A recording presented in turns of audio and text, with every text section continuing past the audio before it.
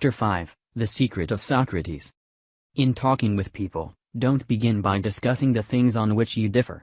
Begin by emphasizing, and keep on emphasizing, the things on which you agree. Keep emphasizing, if possible, that you are both striving for the same end and that your only difference is one of method and not of purpose. Get the other person saying yes, yes at the outset.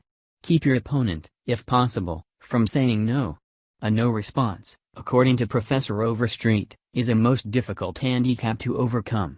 When you have said no, all your pride of personality demands that you remain consistent with yourself.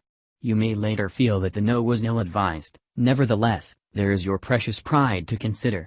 Once having said a thing, you feel you must stick to it.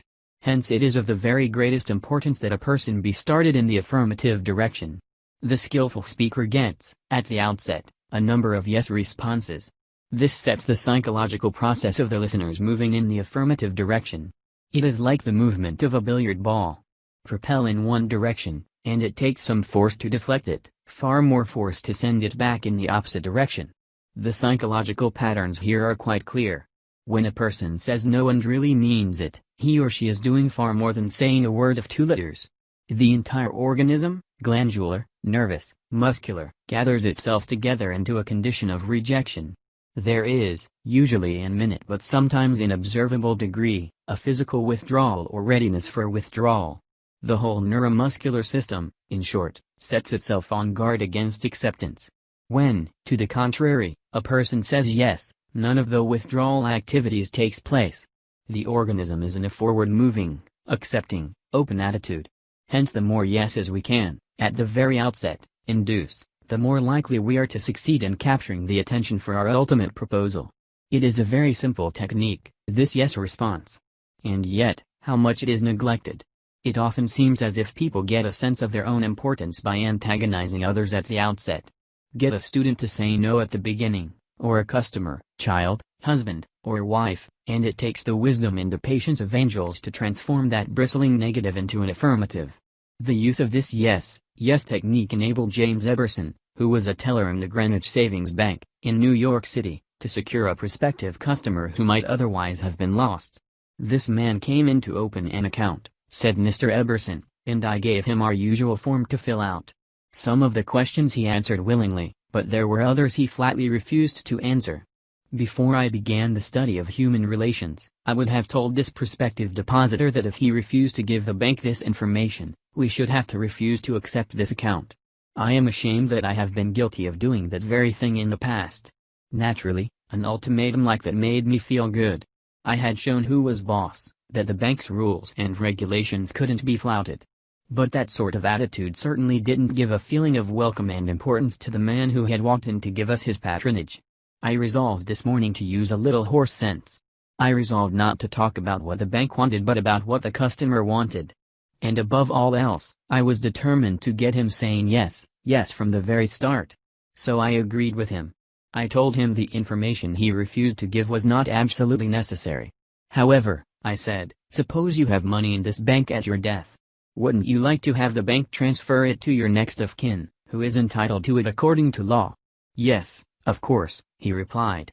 Don't you think, I continued, that it would be a good idea to give us the name of your next of kin so that, in the event of your death, we could carry out your wishes without error or delay? Again he said, yes. The young man's attitude softened and changed when he realized that we weren't asking for this information for our sake but for his sake. Before leaving the bank, this young man not only gave me complete information about himself but he opened, at my suggestion, a trust account, naming his mother as the beneficiary for his account, and he had gladly answered all the questions concerning his mother also. I found that by getting him to say yes, yes from the outset, he forgot the issue at stake and was happy to do all the things I suggested. Joseph Allison, a sales representative for Westinghouse Electric Company, had this story to tell. There was a man in my territory that our company was most eager to sell to. My predecessor had called on him for 10 years without selling anything. When I took over the territory, I called steadily for 3 years without getting an order. Finally, after 13 years of calls and sales talk, we sold him a few motors. If these proved to be all right, an order for several hundred more would follow. Such was my expectation. Right? I knew they would be all right. So when I called 3 weeks later, I was in high spirits. The chief engineer greeted me with this shocking announcement: "Allison, I can't buy the remainder of the motors from you." "Why?" I asked in amazement. "Why?" "Because your motors are too hot. I can't put my hand on them." I knew it wouldn't do any good to argue. I had tried that sort of thing too long. So I thought of getting the yes response. "Well, now look, Mr. Smith," I said. "I agree with you 100%, if those motors are running too hot, you ought not to buy any more of them. You must have motors that won't run any hotter than standards set by the National Electrical Manufacturers Association. Isn't that so?" He agreed it was. I had gotten my first yes. The Electrical Manufacturers Association regulations say that a properly designed motor may have a temperature of 72 degrees Fahrenheit above room temperature. "Is that correct?" "Yes," he agreed. "That's quite correct. But your motors are much hotter." I didn't argue with him. I merely asked, "How hot is the mill room?" "Oh," he said, "about 75 degrees Fahrenheit." "Well," I replied, "if the mill room is 75 degrees and you add 72 to that makes a total of 147 degrees Fahrenheit. Wouldn't you scald your hand if you held it under a spigot of hot water at a temperature of 147 degrees Fahrenheit?" Again he had to say yes. "Well," I suggested, "wouldn't it be a good idea to keep your hands off those motors?" "Well, I guess you're right," he admitted. We continued to chat for a while. Then he called his secretary and lined up approximately $35,000 worth of business for the ensuing month. It took me years and cost me countless thousands of dollars in lost business before I finally learned that it doesn't pay to argue, that it is much more profitable and much more interesting to look at things from the other person's viewpoint and try to get that person saying yes, yes. Eddie Snow, who sponsors our courses in Oakland, California, tells how he became a good customer of a shop because the proprietor got him to say yes, yes. Eddie had become interested in bow hunting and had spent considerable money in purchasing equipment and supplies from a local bow store. When his brother was visiting him, he wanted to rent a bow for him from this store. The sales clerk told him they didn't rent bows, so Eddie phoned another bow store.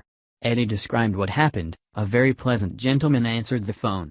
His response to my question for a rental was completely different from the other place.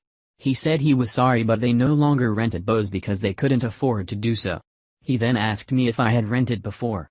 I replied, yes, several years ago. He reminded me that I probably paid $25 to $30 for the rental. I said yes again. He then asked if I was the kind of person who liked to save money. Naturally, I answered yes. He went on to explain that they had bow sets with all the necessary equipment on sale for $34.95. I could buy a complete set for only $4.95 more than I could rent one. He explained that is why they had discontinued renting them. Did I think that was reasonable?